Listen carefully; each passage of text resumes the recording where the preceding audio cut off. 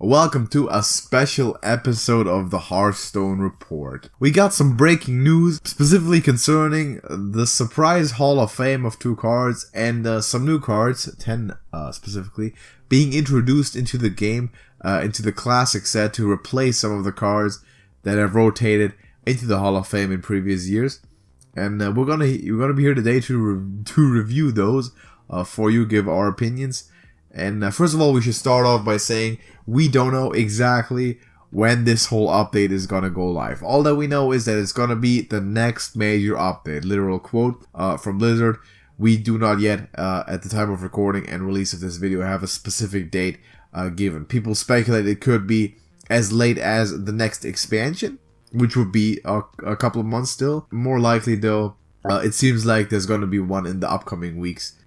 Smaller, a balance update that they bring in every couple of weeks, couple of months. It's gonna be one of those, introducing 10 more cards to the game and rotating 2 cards out into the Hall of Fame. And those 2 cards are Once Vanish for the Rogue and Mind Blast for Priest. 2 pretty iconic cards, pretty iconic spells. Used to be basic cards for those classes, and for the purpose of this rotation were turned into common Hall of Fame cards. Which is sensible, because if you are a wild player, or if you intend to play wild, and you're joining after this rotation, you would have no way of acquiring the cards, unless they would automatically give them to you. In this case, you have to pay a bit of dust for them. In reverse, that means that you should be able to dust them now. Yeah, which would be interesting. If you have not gotten the golden versions yet from leveling your priest and rogue respectively, this is the time to do it before the update hits. Exactly. So those 2 cards are rotating out. Now, thoughts on that? The reasoning for that being class identity. They dropped this entire bombshell of an article, which we've linked in the description below, which you should go read for yourself, going on and on and on about class identity. And apparently Rogue doesn't vanish and Priest doesn't Mind Blast. Well, in WoW terms, they very much do. But yeah.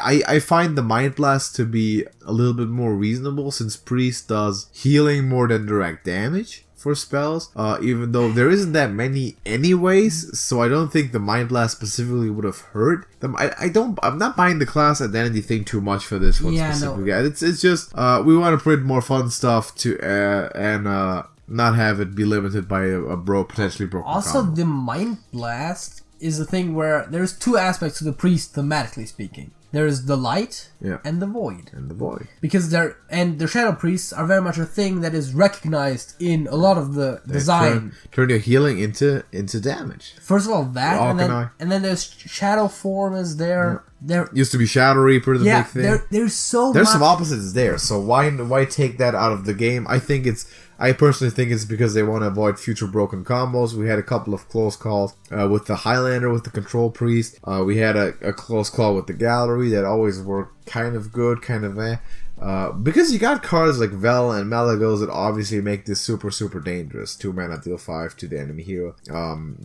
Can go really, really south really quickly. I think that's the main precaution that we're taking here, not necessarily class identity. Now, Vanish. It's interesting also that we're talking about class identity. Like, that's not the first time we've talked about this on this show, because that's not the first time that Blizzard has talked about it. And the thing here is that one of the things that they listed for class identity, which kind of stuck out a bit, is that Shaman, for example, is supposed to be bad at card generation. And card draw, yeah. They had in the article, they list the class description for every single class and their supposed strengths and weaknesses. And some of those were pretty suspicious. If you look at them and looking at what Shaman currently does, card generation being weak for Shaman, when you have cards like Hagatha, Underbelly Angler. So they said that Haunting Visions. That Hagatha is kind of a card that he wouldn't print again because of those ideas. But at the same time, we've had Underbelly Angler in the newest expansion. Yeah. They're still doing it. Now, Vanish. More or less acceptable of a rotating card than Mind Blast. I personally prefer that. I've never liked the card of Vanish too much.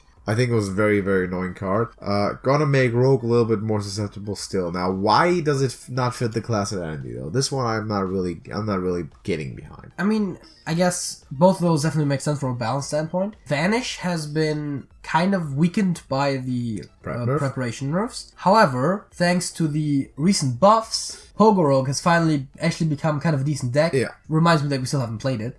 We said we were. Yeah. And Vanish, of course, is very helpful with that because it simultaneously stalls your opponent while getting all of your advantageous battlecries back on your hand. So maybe people thought that would be too good now. Maybe they wanted us to play Daring Escape, but Class Identity cannot be the argument with this. Rogues put their own minions back to their hands. They put opponent minions back to their hands. And Vanish is what it does exactly that. It's one of the most iconic cards. I'm not gonna be terribly sad about the card being out of standard. I've never been a huge fan of it, but I'm not buying the class identity thing. So the two cards that are gonna be replacing those two are, first of all, a Plague Bringer, 4 mana 3/3 minion for Rogue with Battle Cry, give a friendly minion poisonous. Which, tough to judge. I don't think it's going to be anything fantastic. You're basically giving up about 1 mana for a poisonous effect, which could be fine sometimes. I mean, you're giving up 1.5 mana for a poison effect. You're comparing this against cards like Toxfin, which granted is limited to Murlocs, but if you're playing a Murloc deck, you barely have any non-Murlocs. The comparison really doesn't stack up nicely. I think this could totally be a 3 mana card, and I mean, as a 3 mana card, it would definitely see play. As a 4 mana card, it might see play in a fringe deck that really needs it, but that's about it. Yeah, it's tough. I think Rogue has still has other better choices to just remove minions. So I think just an Assassinate at 5 or something seems more. I mean, I would literally, in a lot of situations, play a poisonous minion over this, and exactly. It's slower, but it's also not relied on already having a minion out. Exactly. And it's just too iffy. And then Priest gets Radiance, 1 mana, restore 5 health to your hero. And this card is an absolute fiasco because I think, JJ, you can explain it best. They've had a couple of instances similar to this as well, and this is the weakest of the bunch. 2 cards that people pointed right now is Flash Heal, which is actually a card that could have totally reasonably been added to the classic Strictly set, better. or basic in this case. It's 1 mana, restore 5 health. Strictly better. Yeah, and then Binding Heal, which is even better than that. Not strictly better, time. But usually even better. Restore 5 to a minion and your hero. Yeah. For the same cost. So, and usually the worst case scenario is you're using it on a full health minion. Yeah. So Radiance is abjectly terrible and not a worthy replacement for mine. I can see how there's a lot of theoretical synergies there. You're having a cheap spell that can proc like spell plate synergies and that kind of stuff. Not that you have a lot of those in Priest, but you used to have Lyra and stuff like that. And then you have healing synergies, which are bad to begin with because you can't reliably heal, especially your hero, because you just can't reliably take damage. Flash Heal just does it better. Is the very. I mean, it's not in standard, of course. Not a very good card. So a lot of people have been complaining about Priest Classic set being destroyed even more, and that Priest historically not a very strong class, and it doesn't help that you're making it worse. Not a very strong classic set. That's what differentiates some classes. Some classes continuously need to be getting strong cards in expansion because their classic basic set is so weak, like Priest, for example. The rest of the cards, real quick, that are going to be introduced into the game, into the new basic set. Yeah, classic. They're actually replacing every classic card that has ever been Hall of Famed. For those of you who are wondering where is, replacements for Captain's Parrot, Old Murk-Eye, those kinds of cards, those were in the reward set,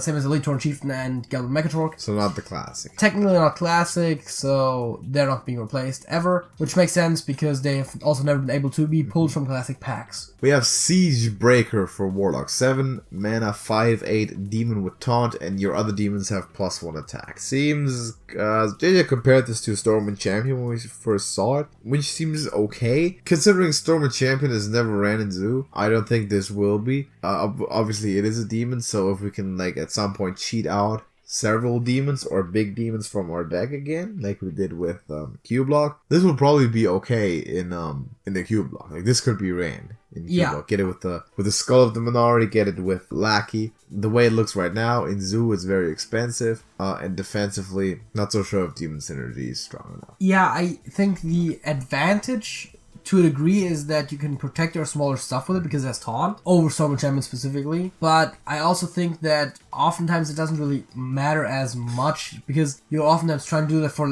your final push, and Storm Enchantment also protects by virtue of giving them extra health. Exactly. Next we have Gift of the Wild for Druid. 8 mana spell, give your minions +2/+2 and taunt. This looks weak. See, the thing is, okay, there's two comparisons here, I think, that come to mind right now. One of which is just comparing it to other board buffs, which are cheaper, weaker, and more flexible. So, currently you have Blessing of the Ancients, which doesn't give Taunt, but most of the time when you have a token strategy, which is the main strategy you would employ this, +2/+2 for 6 Taunt isn't mana. very relevant.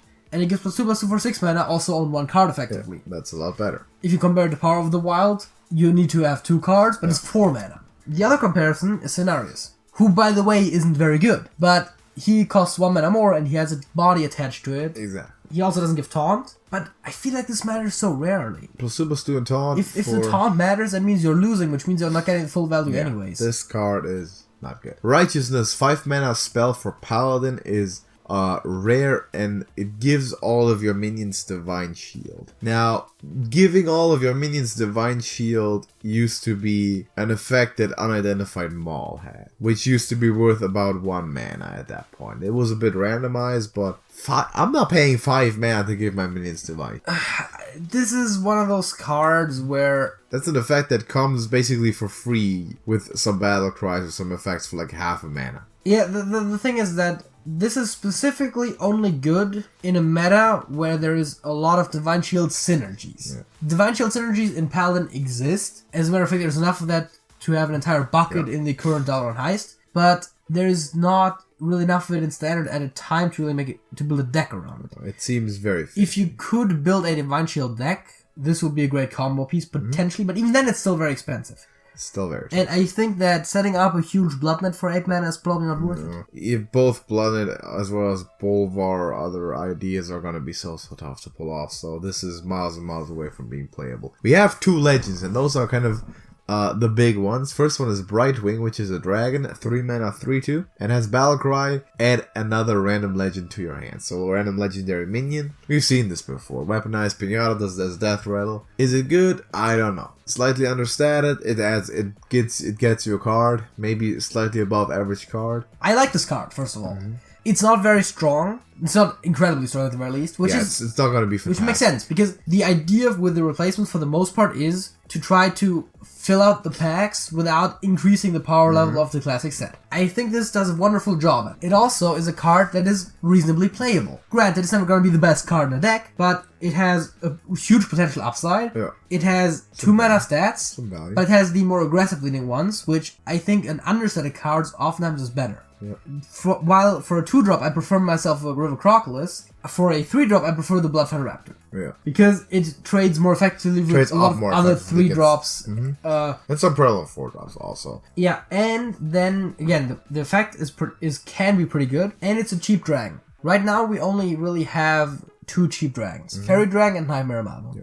And if you're trying to run a dragon deck, which again currently isn't really that big of a thing, small enablers are never bad. But yeah, having a small dragon to run is never bad. Good to have. And the other one is High Inquisitor White Mane, 7 mana, 6/8, also neutral legend. With Battlecry, summon all friendly minions that died this turn. This looks more promising for sure. You know what this is? It's a Kel'Thuzad. It's Kel'Thuzad. For 1 turn. Yeah, it even has the same stat line if memory serves. Now, it does. It also has the same stat line as Katrina Muerte, which I was gonna point out. The whole Raz minions. Now you got some limitations. Obviously, Kel'Thuzad triggers every turn and at the end of turn. So with this one, you have some order that's kind of dictated towards you because you gotta get your trades in first before you play this to Raz. Not really that huge of a brain game. In most situations, you're just playing this last. But summoning all friendly minions that died this turn seems pretty good, and I can see this making some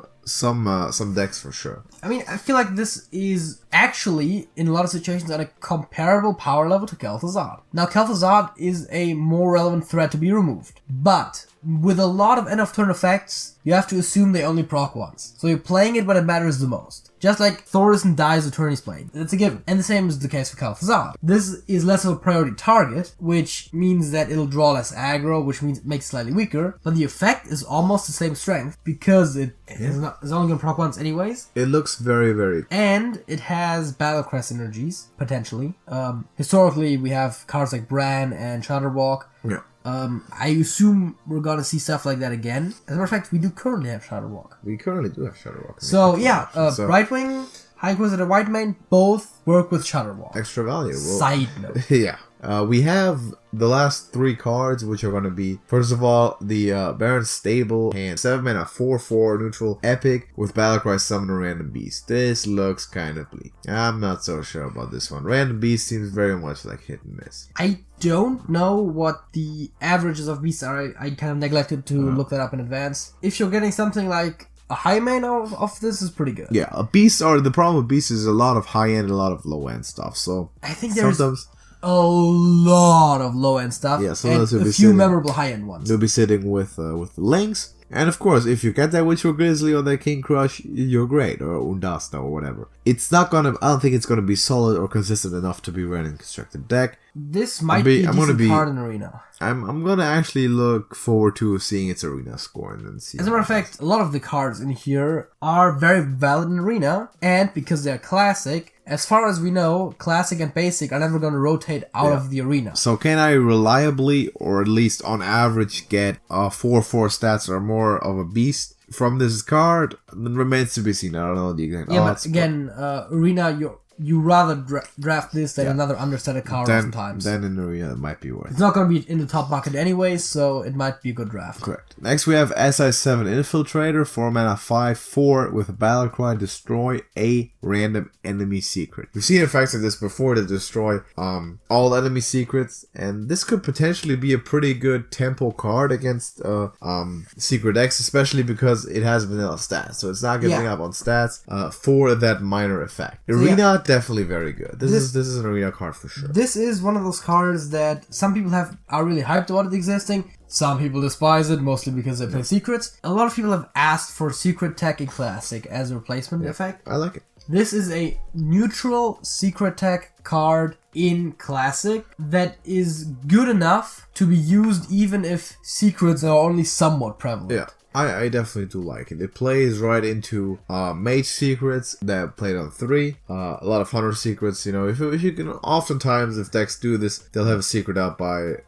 basically every single secret deck. Paladin, Hunter, Mage will have a secret out by turn 4, so you can make it Tempest won't happen. Yeah. I don't hate it. I think this is one of those cards, kind of like the Acidic Swamp Ooze, where the deck that it counters, or the idea that counters, doesn't have to be very oppressive in the meta to justify running it. Yeah. It just needs to be prevalent enough, because even in the matchups where it's not used, it's still a good card. And that's exactly the point. What makes it acceptable and potentially a good card is that it doesn't give up on stats if the effect isn't used on. So this is going to be an excellent Arena card, and we'll see if it finds tech options in Constructed. And then we have Arcane Devour. It's the last one. 8 mana, 5/5 elemental. Whenever you cast a spell, gain +2/+2, and this screams pretty bad at me. Yeah, I like that we're getting more classic elementals because we don't have a lot of those. Then again, you play an 8 mana 5/5. You don't play that many spells that same turn. No, that's the thing, right? This on just scale it down a notch. Like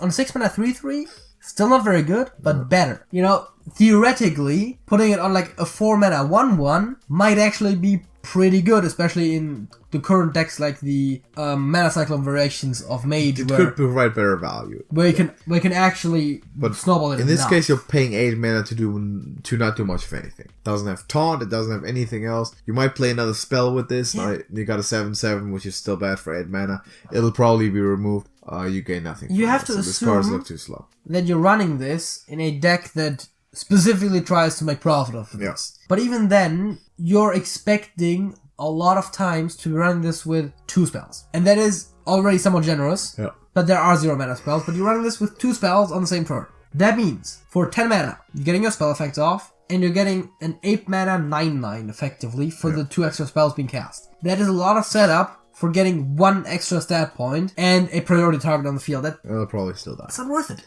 Doesn't seem good. Probably also not valid in Arena. Definitely not valid in Arena, actually. Ironically enough, the best class for this is probably not the ones that you would first think of, which would likely be Mage. It's probably Rogue. It could potentially be Rogue. Because you have prep, you got backstab. You got a lot of 0 mana spells. Yeah, but Rogue, like the day that Rogue plays an 8 mana 5/5. No, again, that is like the one class that could actually pull off something decent with this. Which, by the way, means if they can pull off something with this, imagine the Edwin they can build with. Exactly. So why play Arcane Devour? Yeah. I don't think this is going they have a better option, but I'm just saying, they are the one class that could maybe derive value out of that if they live long enough and for some reason don't have anything better. Not an adequate replacement for Colette Oracle in any way. But that's all the cards that we have had to mention. Again, we don't know exactly when this will go live.